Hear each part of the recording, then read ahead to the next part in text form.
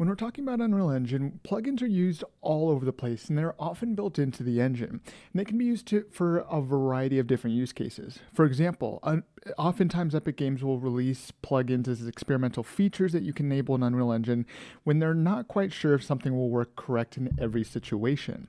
Or another example might be that they have plugins on things that you might not use in every project. For example, I believe I recall like years ago there used to be a video player plugin that you could enable in Unreal Engine as an alternative to playing videos in Unreal Engine. As far as I'm aware, that's not still existent in Unreal Engine, but that used to be a thing. Not only that, but you can also go into the Unreal Marketplace and use plugins for a variety of different things. I often use it when I'm experimenting with blueprints in Unreal Engine. My personal couple favorites are the electronic nodes and the Blueprint Assist plugin, which I recently found it is an amazing plugin.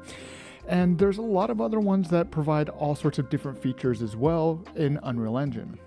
But what about creating your own plugin? Well, there's definitely a very good use case for creating your own plugin.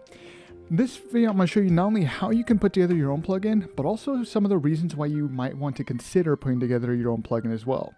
Before we jump to that, if you enjoyed this video, be sure to hit the like and subscribe button down below. And with that, let's jump right into the video. Now, before we talk about some of the use cases behind using plugins in Unreal Engine, let me first show you how you can create one. It's actually a lot easier than you'd think and only takes about a minute to do. So all you're going to want to do is you're going to want to open up some project you have. This could be a project that you're currently working on. Maybe you decide to open a new project just for creating this plugin.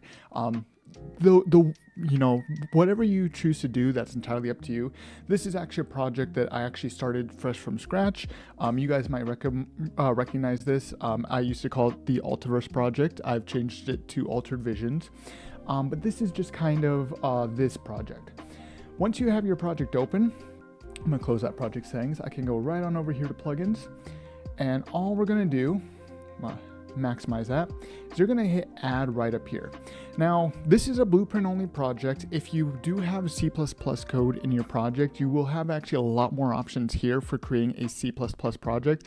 I'm not going to go too heavily into that in this video, just because I think that goes a little bit outside of the scope of what I'm trying to convey here to you guys. But this is just how you would create a simple blueprint plugin for Unreal Engine.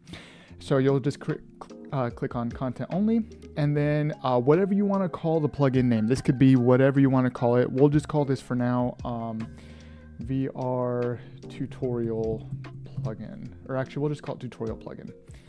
I'm probably going to pull this out afterwards anyways. So you just click content only, name your plugin. If you want, you can also fill in the author, the description. You can add in an author URL if this is a beta version, all that kind of stuff. Then you're going to hit create plugin. Okay, if you're doing this in Blueprint, this should be pretty quick. I think it's going to take a little longer if you're creating any other variation of the plugin, but this is just a simple blueprint. Okay, I'm going to move that out of the way here real quick. Then we're going to open up our content browser here, and this is typically what your content browser is going to somewhat look like, right? That you're typically going to have your content with a bunch of different things that you have for your project currently. And you should over here off to the left have a plugins folder. If you do not see the plugins folder, you can come right on over here to settings. And over here in settings, there should be a checkbox that says show plugin content. You just want to make sure that's checked, and it'll show that plugin for you. Once you have that plugin visible, you can come right on over here. This plugins folder visible, you can come right on over here, and you should now see your plugin folder. So here's our tutorial plugin content right there.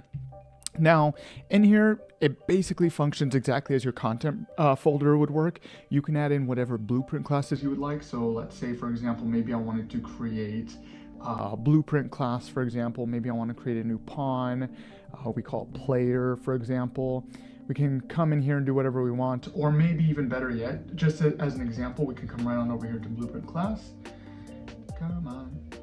There we go. We can come around over here to blueprint class, click actor, and then let's just say test actor. Okay, we'll use this test actor just as an example. Okay, we can open up our test actor, come right on over here, and let's say we want this test actor to just display some sort of mesh, right? We could add in, for example, a static mesh, let's say a cube, and then maybe we want to add on a sphere on top of this. We'll build like a weird, like little square snowman or something like that. Bring this right up here, little something like that. let's just say this as an example, right? This is your project, right? Maybe you also have like code in your construction script, your event graph, or whatever you might have. You can then come right on over here and into your content browser. And the nice thing about this is we can now create a child of test actor. So if we right click here, come right on up here to blueprint class, I can just look up test actor, and you'll now see we have our test actor right here. So if I click on this, test actor, I'll call it test actor 2. It's the same exact thing. We can drop this right on over here. And now we can do whatever we would like with this. If we want to make some variation or some modification on this actor. And if we need to do something that we might want to reuse in future projects, for example, we can come right back on over here to test actor, and we can modify this, maybe bring out another sphere or something like that, just as an example. And now you can see now it's got 2 spheres right here, right? Maybe we decide we want to add in another cube for some reason. I don't quite know what it is I'm putting together here, but just as an example, right? Now we have another cube there. Now we want to modify just this specific variation on it, right? We can come right on over here. This is our test actor 2. We can now start doing other things to this. Like maybe we want on this version the cube to be over there, the sphere to be over there, right? And we can come right in here and boom, now we have our brand new test actor 2. This is a child of our test actor. It doesn't impact our original test actor. As a matter of fact, we can come right on up here and we should be able to look up test actor. Yeah, there it is. So now we still have our original test actor. Everything is still in the original position as we had here. This is basically how it works, is we can create some base for any class that we would want to use, and we can reuse it over and over and over again. Now I want to show you an example of this, right? I'm gonna delete these here. There's a reason I pulled up this project that I'm working on. In this project, I actually created my own plugin that's specifically designed to allow for me to quickly and easily create a hybrid character. I called it the VRP Enhanced Hybrid plugin. I don't really know why I called it enhanced, to be honest. I didn't have an original version of the plugin. I had done hybrid stuff before, and I kind of built on that, so I guess you could kind of call it that way. I'm gonna delete this real quick. Come here, delete. Computer's being a little slow. There we go. So I actually have over here in my plugins, you might have noticed it, the VRP Enhanced Hybrid plugin. So in here, I basically have a bunch of folders with different things. So I have a bunch of preset inputs that I can use in my character. All these are already set to bind, and I can set up so I have a VR and what I kind of call the pancake inputs, because I didn't want to just consider it PC, because it also supports controllers, so potentially I could support a console in the future. I have some interactables, so I have a button, which is a little finicky, I'll be honest. I need to do some fixing on that. I also have an interactable base. I have some components for grabbing for, I put together my own hybrid movement component that works with both my characters. There's also an inventory component, which I'm still experimenting with. This is actually a fairly new component to this plugin. And then I also have my character. So I have my hybrid character base, which applies to both my characters. I have my pancake, and I have my VR character base. So if I open, for example, my VR character base, I have all this stuff already set in place. Anything that has this edit and blueprint is actually something that's derived from the hybrid class. So if I open up the hybrid class, you can see in the hybrid character base, this is actually a child of the hybrid character base. So in my hybrid character base, it already has the capsule collision, the external mesh, and the camera. And it's already got some of my code set up. So like I have it set up so I'll automatically teleport to the ground. So there's not any like little fall when I go down to the ground. If I have my player start a little off the ground. I also have, let me see here, so the camera will automatically scale with the capsule collision, which is really nice for creating a crouch effect.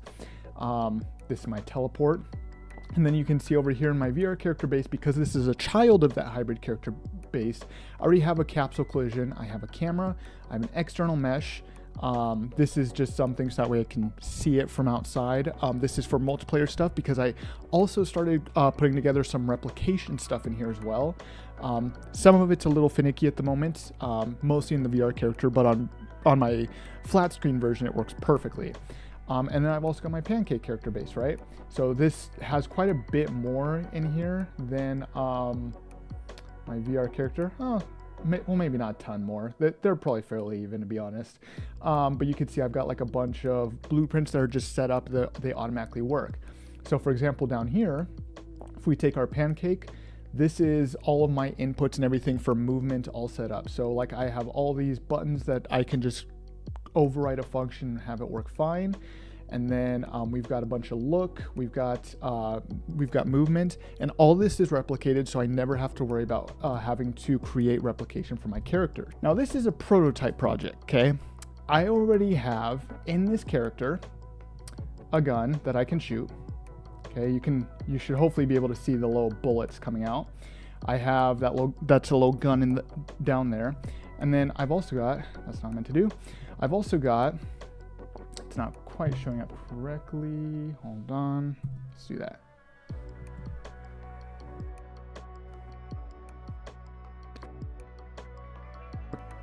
There we go. This is my player. So I already have a player that's all set up. It's all replicated. It's already got its movement all set up. All of that is completely ready to go.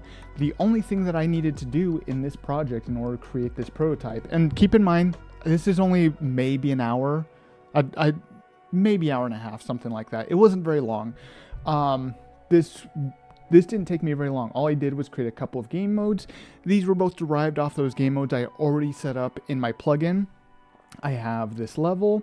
I have, well, materials aren't really relevant, but I have both my players, my spells, and some textures.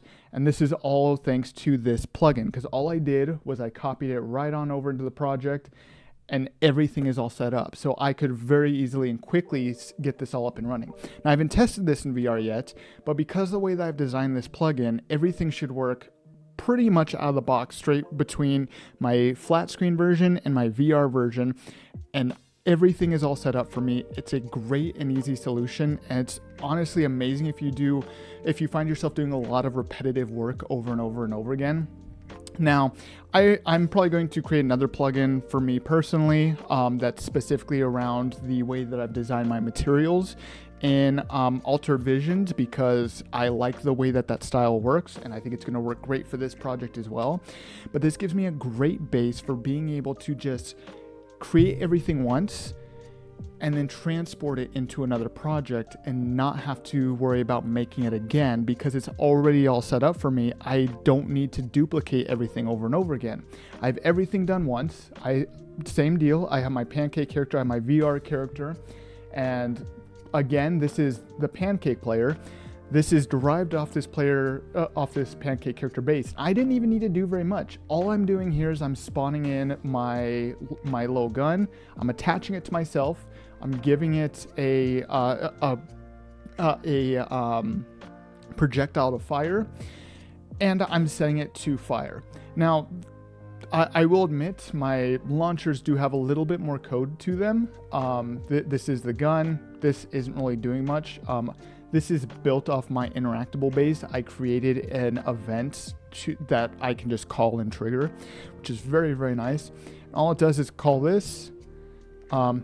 Very, very simple. I didn't need to do very much. It's all set up for me, which makes it very nice to create plugins. Now, if you find yourself wanting to reuse features over and over again, or you think there might be the possibility that you want to reuse features over and over again in the future, this is a great opportunity to be able to do this. Because like I said, all I did was I designed everything once here in this project that I've been developing for some time now, and I've transferred this plugin into this project, and everything is all set up for me. I didn't need to do very much. I had my character moving and walking around in about 5-10 minutes. It didn't take me very long.